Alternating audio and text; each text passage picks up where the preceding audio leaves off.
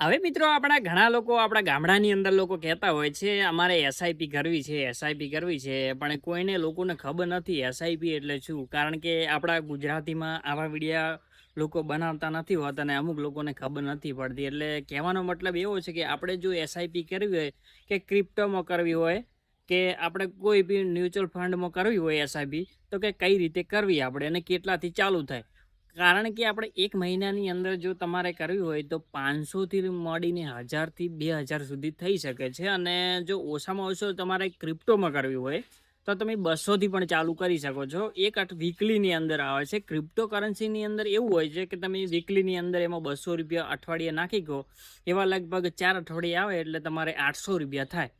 હર મહિને તમારું જે બચત થતી હોય કે ₹800 એમાં તમે ₹800 નાખી ગો કારણ કે તમે ધારો કે તમે લીધો કે આપણે ગમે તે ઇથેરિયમ કે ગમે તે હોય એની અંદર તમે નાખો છો કે આપણે ઇન્વેસ્ટ કરવું છે થોડું થોડું કે 3 વર્ષ માટે કે આપણે કેટલું થાય છે પછી એ રિટર્ન કેટલું આપે છે ને એ આ લોકોને ખબર નથી હોતી કે ઘણા લોકો એવા હોય છે કે મારે આ ચાલુ કરવું આ ચાલુ કરવું કહેતા હોય છે પણ ચાલુ નથી કરતા અને એમાં એવું છે કે જો તમારે પહેલું તો ચાલુ કરવા માટે તમારે પાન કાર્ડ જોઈશે, આધાર કાર્ડ જોઈશે અને તમારું ખાતું જોઈશે ભાઈ. અને એ ખાતું હશે ને ત્યારે જ એ બધું થશે કારણ કે એની અંદર આપણે એકાઉન્ટ બનાવવું પડશે અને આપણે હર મહિનાનું જો આપણે ધારો કે 3 થી 4 વિના એપ્લિકેશન હોય છે અને એ એપ્લિકેશનમાં તમે નાખીને ભાઈ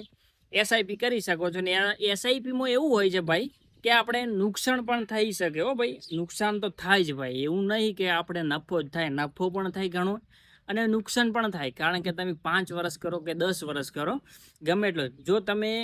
વચ્ચે ગાડી લીધા 3 વર્ષ પહેલા ગાડી લીધા તો ભાઈ તમને કશું મળવાનું નથી ભાઈ. એવું સમજીને બેઠા ને કે ભાઈ હું તો આટલાના રિટર્ન મને હાલ આટલું મળે છે,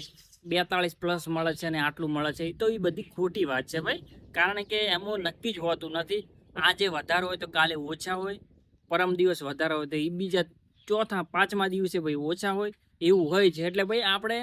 મનથી વિચારીને ભાઈ એસઆઈપી કરવાની. અને જો તમારે કોઈની એસઆઈપી કરવી હોય તો ખાલી કોમેન્ટ કરી દેજો એટલે આપણે છે ને તમારા માટે બીજો વિડીયો લઈને આવી જશું કે એસઆઈપી કઈ રીતે કરવી ને કઈ રીતે તમારી એની અંદર પૈસા નાખવા. અને આ વિડીયો ગમે હોય તો લાઈક શેર ને કોમેન્ટ કરી નાખજો.